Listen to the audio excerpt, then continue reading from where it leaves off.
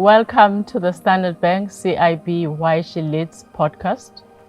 My name is Judy Dlamini and I will be your host. In this series, we're looking at the powerhouse deal makers who happen to be women. It's women who can stand their own anywhere in the world, but they choose to be at Standard Bank CIB. They are inspired to inspire. My guest that I'm looking forward to chatting to is Thandiwe Legwaila. She is the head of Transaction Banking, South Africa.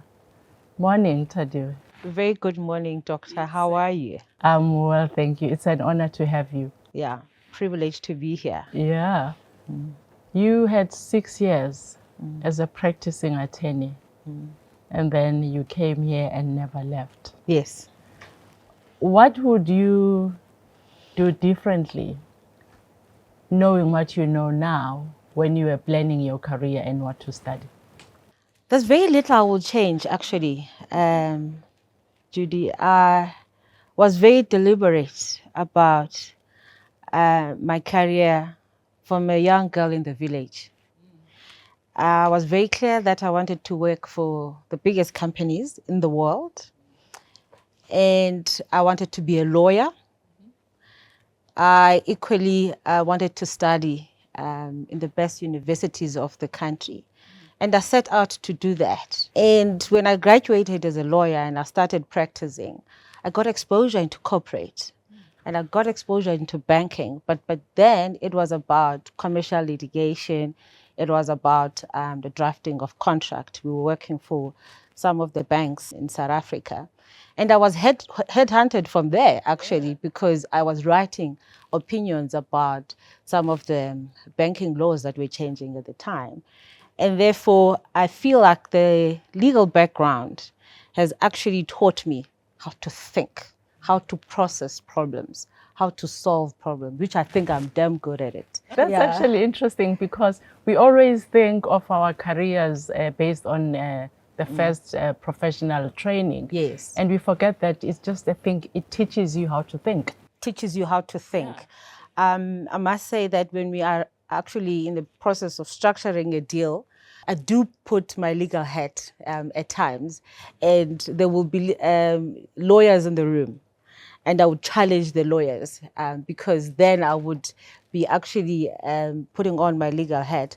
But I would say largely the law degree and actually the 6 years in practice helped me to solve problems, because in the legal field you are given a multitude of challenges that our clients brought to us, and therefore we had to apply the law to the facts and to the issue, and then recommend a solution to the client. And very proud, I think, of what I've learned and produced at the time, but obviously got introduced into the bank and have never looked back since then. Yeah. And I'm loving it here. And it's been what, 16, 19 years? It's going 18 years. Oh, wow. Yes. That's a long time.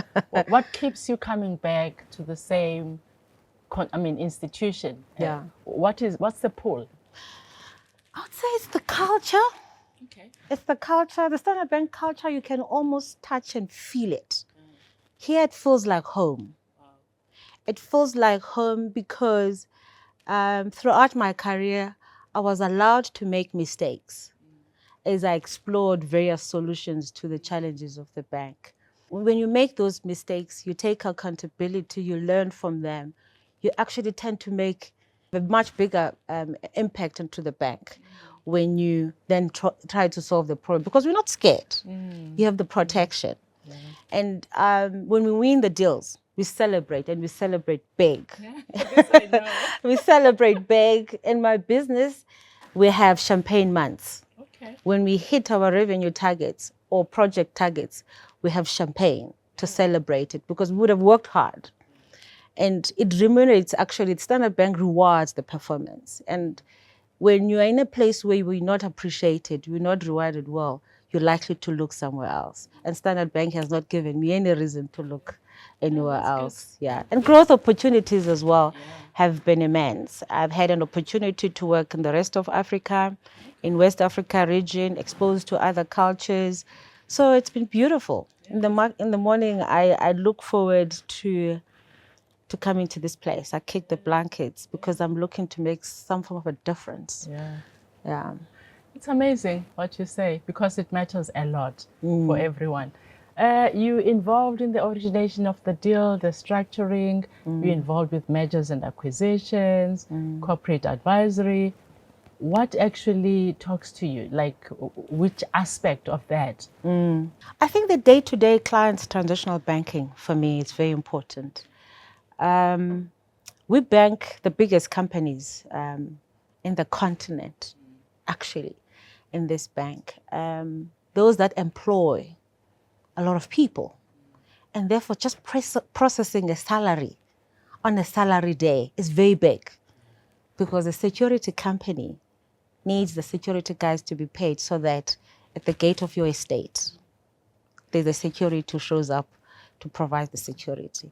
So as in many companies, we pay salaries of teachers. And therefore, processing a payment, a simple thing as a payment, brings a lot of stability into our clients' companies. And just processing an ordinary payment, when I see one of our big retailers' trucks on the road, I know that I'm moving that truck because I've made a payment. So the simplicity of banking for me moves me. It's interesting. You bank small companies too, like mine. You pay the salaries for my staff. So Exactly. I know exactly what you And then it's important to receive that ting I on know. the 20th. It's important. You can't miss it. Yeah. And therefore, we have to make sure that the stability is there in terms of our systems and processes so that we can deliver a seamless client experience for our clients as well as on your employees. Yeah. Now tell me, you have mentors, I assume. Yes, I do.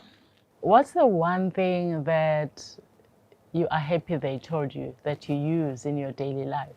Two things actually I would reference. One is I should forgive myself whenever I've made a mistake, and that there will be setbacks, and that I should not dwell on those setbacks. And what's important is the comeback, and that I should come back and do my utmost best to come out of it. Because at times we tend to punish ourselves when we've gotten something wrong. And therefore, I've learned to be kind with myself. Having grown from the villages again, worked hard to come out from where I was, and success drives me. Back then, when I didn't succeed, I would punish myself.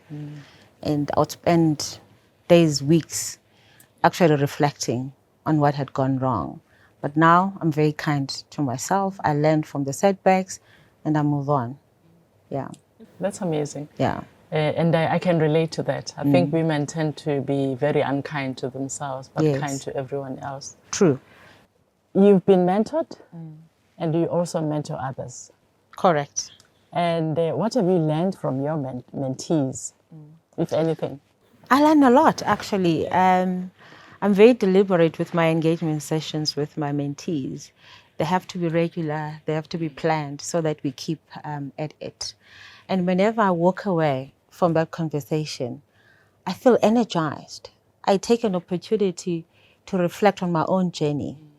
And to the extent that there is an alignment to, or in a way, similarities on the challenges that the mentee is having to what I have gone through, I take the time to share my own lessons. And I play more of a role of encouraging the mentee to try more.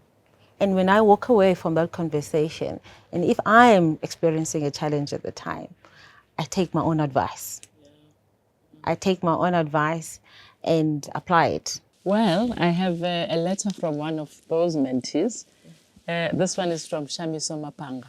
Dear Thandiwe, you've been a guiding force in my life, showing me how to balance a successful career with personal fulfillment, all the while breaking barriers and challenging norms.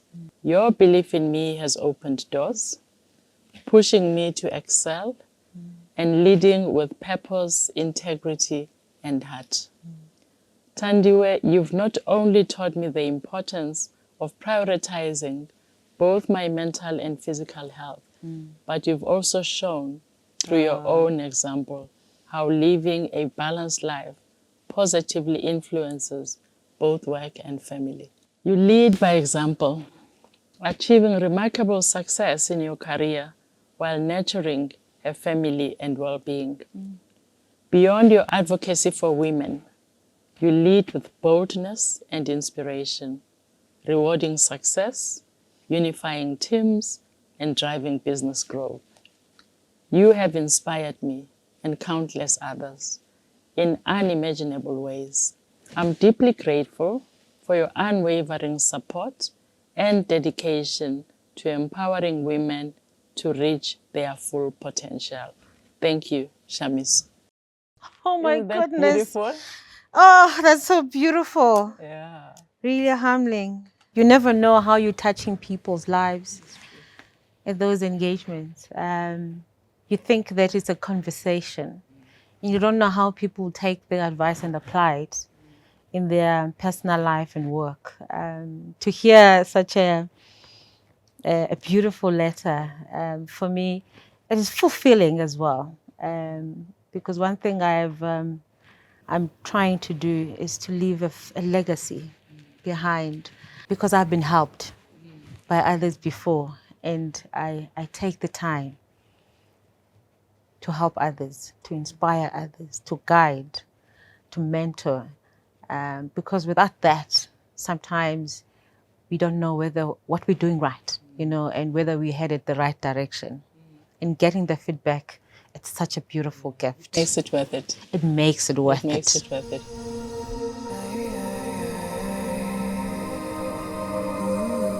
When I lead, I feel so fulfilled. When I'm able to shift a situation that is dire and I produce a positive outcome, I feel so fulfilled. When I win, I feel so fulfilled. And I think that all comes from that girl child that wanted to escape the villages. And it fulfills me to this day. And when I go back home, I try and spend time with the kids in the village, in my school where I went. Wow. Because I want them too to believe that they can escape the poverty life, the dusty roads and villages of the Eastern Cape, and become lawyers and head of businesses. That's my purpose. Yeah, that's amazing. It's a purpose worth living for. Yeah. I want to lead here, and I want to lead in my home, and I lead in my village where I come from. That's amazing. We still have issues when it comes to gender equity, gender equality. Men still lead in all sectors of our lives, basically. What do you think both men and women leaders can do more to change the status quo?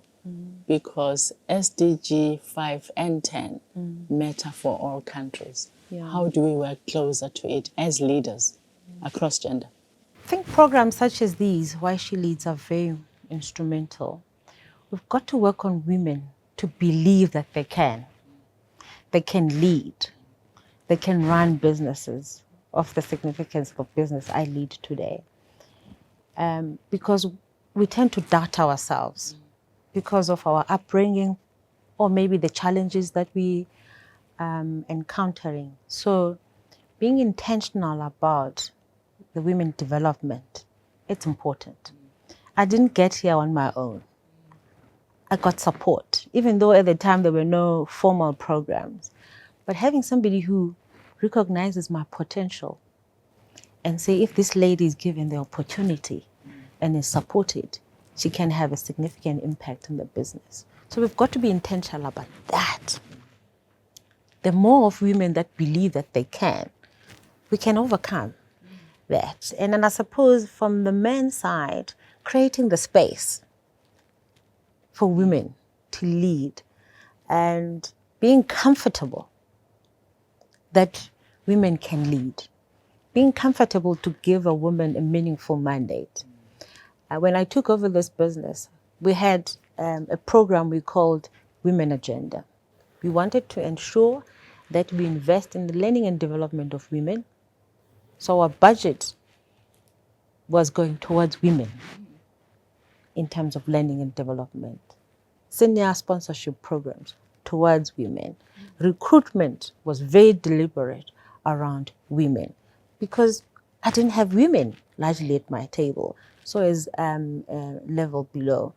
And therefore, when you work with people in culture, the HR, I think somewhere else it's called, when you work with your resourcing team and you say, I actually want to attract women, I want to help them learn, you actually start to shape the leadership teams. You actually start to shape the workforce. And therefore, it is being a deliberate about the programs that you, because naturally it's just not going to happen. No, definitely not. Yeah. Definitely. Yeah. No, that's profound.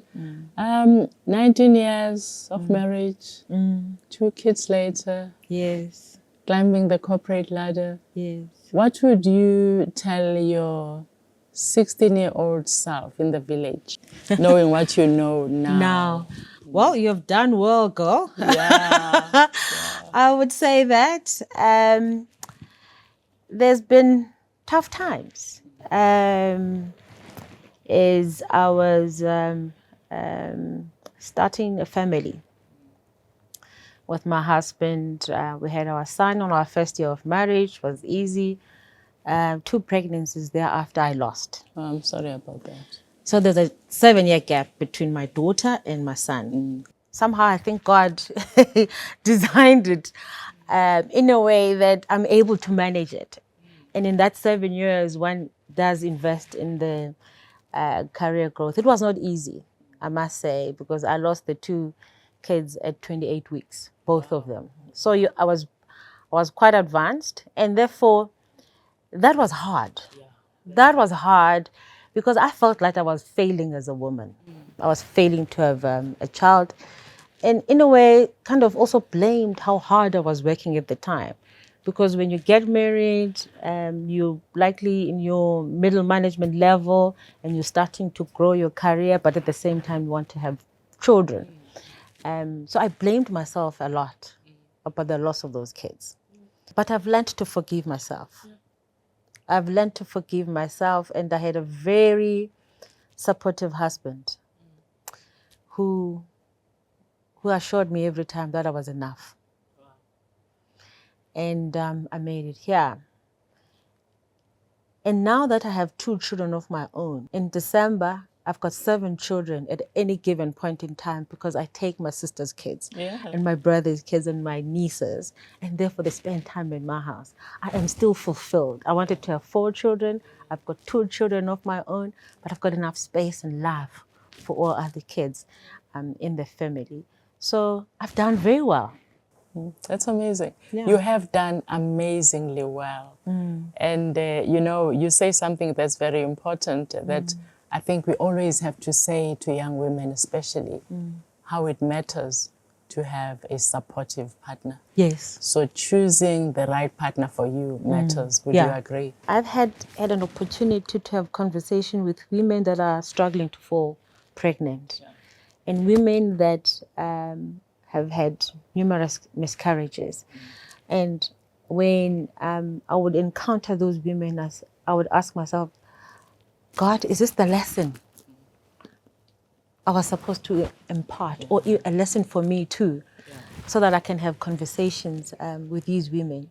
But nevertheless, it was hard. And I think to that 16-year-old girl, I would say, when these things happen, you must take it easy on yourself. You really, really have done well. I've enjoyed the journey. Yeah, and you've inspired so many by just being you, and living your life, I try to bring myself to work. Yeah. No, that shows. You bring yourself to everything that you do. I bring myself. If I was to pretend to be somebody else, I would not be where I am today. I'm a hugger. I'll hug a lot. I love fun. And therefore, if you are to go to my office now, I've got a cupboard with whiskeys and champagne. Because we work hard. Do you have tea for some of us? I do have tea. I do have all kinds of tea. I do have tea because we work hard. Yeah, true. We spend 8, 10 hours of our lives here at Standard Bank. And therefore, a moment of celebration with the team, high five, and then pause and say, look how far we've come, and let's show up tomorrow again and do it again. That is why you can win year after year and year and year. And I suppose the environment also becomes easy for people because they want to work for you. They want to come here and have fun. They want to deliver for the business. You make work home. Home. Wow, that's profound. Home. It was such an honor to meet you. And may the future be even brighter than now. God willing. Thank you very much for the conversation. I thoroughly enjoyed it. Thank you. I enjoyed it too. It was an honor to meet you. Thank you, Thandiwe.